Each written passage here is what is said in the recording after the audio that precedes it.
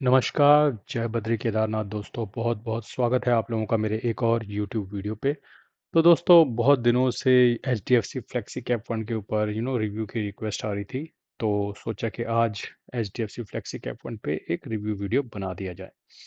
तो जैसा कि आप थंबनेल में देख ही चुके हैं कि एचडीएफसी फ्लेक्सी कैप फंड के बारे में बात करेंगे। और पिछले कुछ महीनों में बहुत सारे इन्वेस्टर का ये सवाल भी रहा है कि एचडीएफसी फ्लेक्सी कैप फंड का परफॉर्मेंस इतना डाउन क्यों हो गया है, ऐसा क्या हो गया है इस फंड में। उन सारे सवालों के जवाब भी देंगे।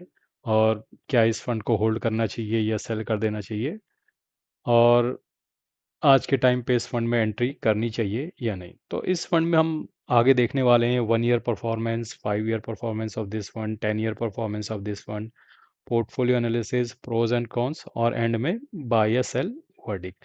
तो वीडियो को एंड तक ज़रूर देखिएगा और लाइक शेयर और सब्सक्राइब का बटन ज़रूर दबाइएगा। तो चलिए शुरू करते हैं। शुरू करने से पहले डिस्क्लेमर, मैं AMFI registered mutual fund distributor हूँ। म्यूचुअल फंड एडवाइजरी और मेरे साथ जुड़ने के लिए आप मुझे व्हाट्सएप या ईमेल कर सकते हैं। इस वीडियो में दी गई जानकारी केवल एजुकेशन पर्पस के लिए है। तो दोस्तों सबसे पहले बात करते हैं H D F C flexi cap fund, जो कि जनवरी 1995 से चल रहा है। तो ये अपने आप में बहुत बड़ी अचीवमेंट है कि इतना पुराना, और आई थिंक सबसे पुराना फ्लेक्सी कैप फंड यही है। और 1 लाख करोड़ के आसपास इसका एयूएम है। तो आई थिंक एयूएम के साइज के हिसाब से देखा जाए तो ये पराग पारिक के बाद दूसरा सबसे बड़ा फ्लेक्सी कैप फंड है इंडिया में। फ्लेक्सी कैप फंड होने की वजह से फंड मैनेजर के पास फ्रीडम होती है, जैसे कि मैंने काफ़ी सारे लाइव सेशंस में आप लोगों को बता ही रखा है कि वो फंड मैनेजर अपनी इच्छा अनुसार पोर्टफोलियो में कितना परसेंट लार्ज कैप, कितना परसेंट मिड कैप और कितना परसेंट स्मॉल कैप रखेगा, इसकी पूरी जूरी आज़ादी और जिम्मेदारी फंड मैनेजर के पास होती है, अनलाइक मल्टी कैप। तो मल्टी कैप और फ्लेक्सी कैप में लोग हमेशा कंफ्यूज रहते हैं। देखिए होते तो एक जैसे ही हैं, लेकिन मल्टी कैप में 25% large cap, 25% mid cap, 25% small cap डालना ही पड़ता है फंड मैनेजर को, और 25% की आज़ादी होती है। यहाँ 100% की आज़ादी होती है फ्लेक्सी कैप में। लेकिन देखिए दोस्तों, एक चीज़ और है कि हिस्टोरिकली देखा गया है कि H D F C flexi cap तो है, लेकिन ये लार्ज कैप टिल्टेड फंड है। इसका सिग्निफिकेंट एक्सपोजर बैंकिंग और फाइनेंशियल सेक्टर में रहता है। यानी कि नाम तो इसका फ्लेक्सी कैप है, लेकिन ये परफॉर्म और एक्टिव और behave like a large cap fund ही करता है। अब बात करते हैं इसके 1 साल के परफॉर्मेंस की। पिछले 1 साल में H D F C flexi cap ने नेगेटिव रिटर्न दिया है दोस्तों। और यही वजह है कि बहुत ज़्यादा सवाल इसकी परफॉर्मेंस पे खड़े किए जा रहे हैं। अब अगर आपने 2025 की पीक वैल्यूएशन में इन्वेस्टमेंट किया है, तो आपको फिलहाल तो ऐसा लग ही रहा होगा कि फंड अंडर परफॉर्म कर रहा है। और ये भी सच है कि पिछले 1 साल में ब्रॉडर मार्केट में भी करेक्शन और कंसोलिडेशन देखने को मिला है। पिछले 1 साल से नहीं, बल्कि मैं तो कहूँगा सितंबर 2024 से एक ब्रॉडर करेक्शन देखने को मिल ही रहा है। और म्यूचुअल फंड के इवैल्यूएशन के लिए कम से कम 5 साल का होराइजन देखना चाहिए। ठीक है, तो 5 साल में आप इवेल्यूट कर सकते हैं कि हाँ भैया इसने एक प्लान बनाया और इसने एक प्लान को एग्जीक्यूट किया, उस एग्जीक्यूशन के बाद इस फंड ने कैसा परफॉर्म किया। तो इतना समय आपको एक फंड को देना चाहिए। अब बात करते हैं 5 ईयर परफॉर्मेंस की। तो पिछले 5 सालों में H D F C flexi के फंड ने अप्रॉक्सीमेटली 16.7% का CAGR जनरेट किया है। मतलब अगर किसी इन्वेस्टर ने 4-5 साल पहले 1 लाख इन्वेस्ट किए होते, तो आज लगभग 2.1 लाख हो गए होते। परफॉर्मेंस कैटेगरी एवरेज से भी बेटर है, यानी कि एवरेज जितना बन रहा है फ्लेक्सी कैप कैटेगरी में, उससे ज़्यादा इसने बना के दिया है। और जब से कोविड क्रैश हुआ है, उसके बाद से बैंकिंग, ऑटो और इंडस्ट्रियल सेक्टर्स में स्ट्रॉन्ग रिकवरी का फ़ायदा फंड को मिला है। और इसी वजह से फंड ने under perform sorry over perform और अच्छा परफॉर्म किया है, सॉरी। तो लॉन्ग टर्म SIP इन्वेस्टर के लिए पीरियड काफ़ी रिवार्डिंग रहा पिछले 5 साल का। अब बात करते हैं सबसे इंपॉर्टेंट पैरामीटर जो होता है 10 साल का परफॉर्मेंस कैसा रहा। पिछले 10 साल में भी इस फंड ने बहुत अच्छा परफॉर्म किया है। 15.7 टू 16.4% का CAGR डिलीवर किया है। ये रिटर्न जो एवरेज है उससे बहुत ऊपर है।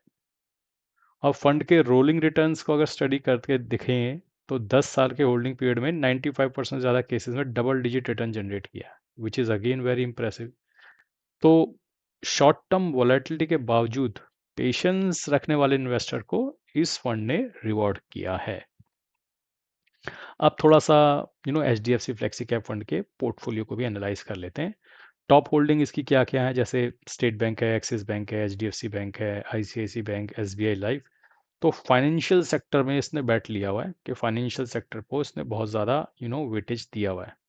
इसके अलावा थोड़ा बहुत health care, auto, service sector में भी इसका मीनिंगफुल एक्सपोजर है। पोर्टफोलियो को अगर इवेल्युएट करें तो 77% लार्ज कैप में है और 9% मिड कैप में और से केवल 7% स्मॉल कैप में। तो टेक्निकली ये फ्लेक्सी कैप फंड नहीं है, ठीक है, ये लार्ज कैप ही है। आपको ये बात समझनी होगी कि क्लोज टू 80% अगर आपका फंड जो है लार्ज कैप में निवेशित है तो वो लार्ज कैप ही हुआ, फिर वो फ्लेक्सी कैप नहीं हुआ। तो नाम इसका भले ही फ्लेक्सी कैप है but it performs and behaves like a large cap. अब बात करते हैं इस फंड के प्रोज एंड कॉन्स की। 30 साल से ज़्यादा का ट्रैक रिकॉर्ड है और अनुभव है। ह्यूज एयूएम की बैकिंग है और एएमसी, एचडीएफसी एएमसी नाम ही काफ़ी है। 5 साल और 10 साल के रिटर्न्स कंसिस्टेंटली अच्छे हैं, ठीक है। डाउनसाइड प्रोटेक्शन रिलेटिवली बेटर है than aggressive mid cap small cap funds, ठीक है। वैसे अगर पारंपरिक से कंपेयर किया जाए तो उतना बेहतर नहीं है, लेकिन बाकी फंडों से कंपेयर किया जाए तो बेहतर है। लॉन्ग टर्म वेल्थ क्रिएशन की कैपेबिलिटी है, बनाया भी है भाई ने पैसा पिछले 30 सालों में, तो ऐसा नहीं है कि उसको पता नहीं है क्या करना है और कैसे वेल्थ क्रिएट करनी है, आता है बनाना। अब थोड़ा सा नेगेटिव की बात कर लेते हैं। पिछले 1 साल की परफॉर्मेंस वीक है, लेकिन पिछले 1 साल में तो I think most of the Indian equities fund की परफॉर्मेंस वीक ही है।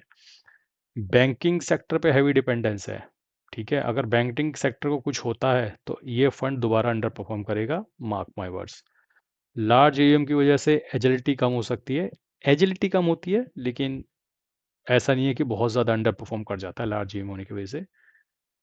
फ्लेक्सी कैप कैटेगरी के कुछ कंपिटिटर्स ने रिसेंट ईयर में बेटर रिस्क एडजस्टेड रिटर्न दिए हैं, ठीक है। तो ये एक कंपटीशन है इस फंड के सामने, एक चैलेंज है। फाइनल वर्डिक्ट जो मेरी तरफ से है, अगर आप H D F C flexi cap fund में इन्वेस्टेड हैं और आपका निवेश का जो दायरा है वो 7 से 10 साल का है, तो मेरे हिसाब से सिर्फ 1 साल की पुअर परफॉर्मेंस के बेसिस पे किसी भी फंड से एग्जिट होना कोई बहुत ज़्यादा समझदारी का सौदा नहीं है।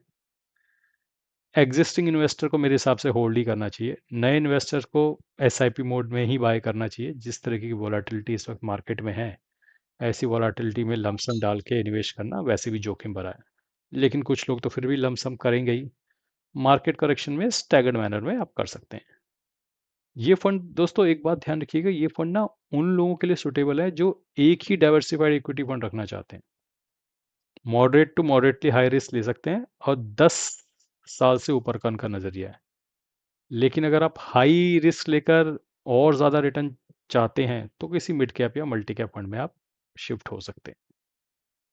तो दोस्तों, ये था मेरा review H D F C flexi cap fund के बारे में। आपकी जानकारी के लिए बता दूं, मैं am registered mutual fund distributor with ARN number 357890।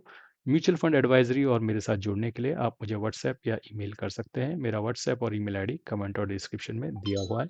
आज के लिए बस इतना ही। धन्यवाद। Good bye. जय बद्री केदार।